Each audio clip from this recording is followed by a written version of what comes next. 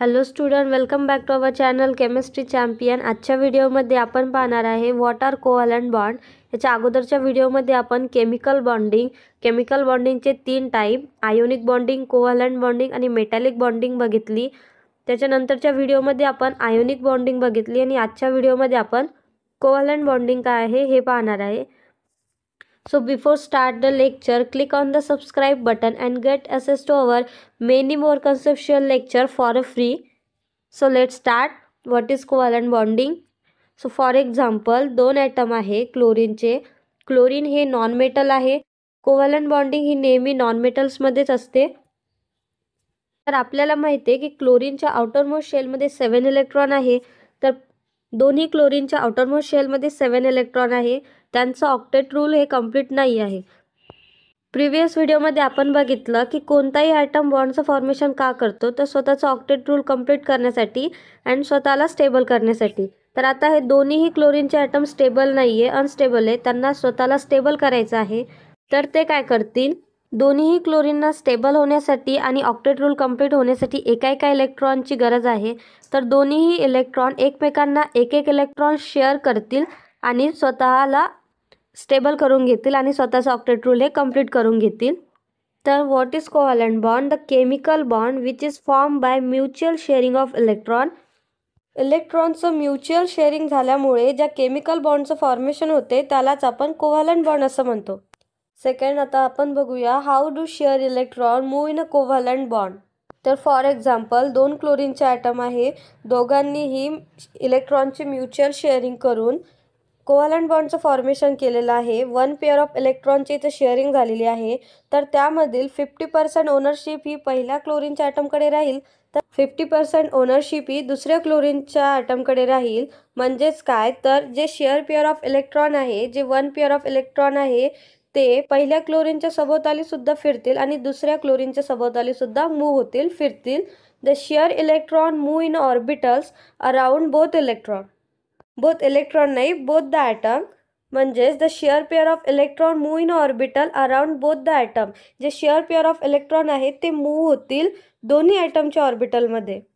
तर आपण बघितलं आयोनिक बॉन्डमध्ये इलेक्ट्रॉन हा कंप्लीट ट्रान्सफर होतो, तर कोव्हॅलंट बॉन्डमध्ये इलेक्ट्रॉन हा कंप्लीट ट्रान्सफर न होता इलेक्ट्रॉनची शेअरिंग होती. तर आपण हा एक मेजर डिफरन्स सांगू शकतो आयोनिक बॉन्डमध्ये आणि कोव्हॅलंट बॉन्डमध्ये. आता आपण बघूया 3 types of covalent bond. Covalent बॉन्डचे 3 टाईप पडतात, सिंगल कोव्हॅलंट बॉन्ड आणि double covalent bond. Single covalent bond म्हणजे काय, 2 atom share 1 pair of electron. For example हायड्रोजनचे 2 ॲटम आहे. आपल्याला माहिती आहे की हायड्रोजनच्या आउटर शेलमध्ये एक इलेक्ट्रॉन प्रेझेंट आहे. दोन्हीही हायड्रोजन कसे आहे, अनस्टेबल आहे, कारण की त्यांचा डुप्लेट रूल हा कंप्लीट नाही आहे. तर हायड्रोजन ॲटम स्वतःला स्टेबल करण्यासाठी दुसऱ्या हायड्रोजन ॲटमसोबत त्याचा एक इलेक्ट्रॉन हा शेअर करणार. तसेच दोन्ही हायड्रोजन ॲटम एकमेकांसोबत त्यांच्या एका इलेक्ट्रॉनची शेअरिंग करणार आणि त्यांच्यामध्ये बॉन्डचं फॉर्मेशन होणार. तर त्याला आपण सिंगल कोव्हॅलंट बॉन्ड असं म्हणणार. तर डबल कोव्हॅलंट बॉन्ड म्हणजे काय, 2 atom share 2 pair of electron.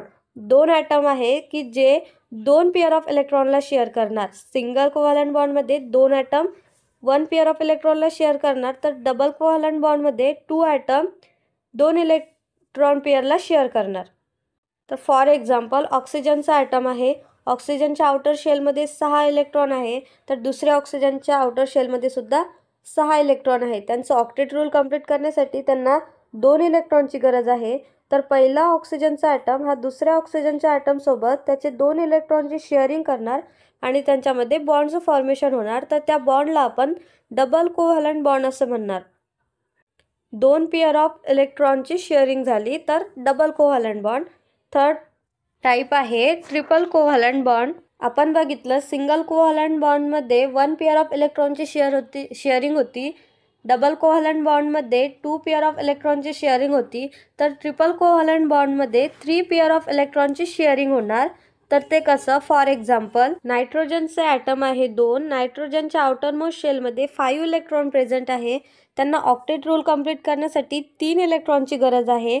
तर इथे सुद्धा नायट्रोजन ॲटम दुसऱ्या नायट्रोजन ॲटम सोबत 3 इलेक्ट्रॉनची शेअरिंग करून स्वतःचं ऑक्टेट रूल कंप्लीट करणार, स्वतःला स्टेबल करणार आणि बॉन्डचं फॉर्मेशन करणार। तर त्या बॉन्डला आपण ट्रिपल कोव्हॅलंट बॉन्ड असं म्हणणार। 2 atom share 3 pair of electron. तर आजच्या व्हिडिओमध्ये आपण काय बघितलं, कोव्हॅलंट बॉन्ड म्हणजे काय, कोव्हॅलंट बॉन्डचं फॉर्मेशन कसं होते, 3 टाइप्स ऑफ कोव्हॅलंट बॉन्ड।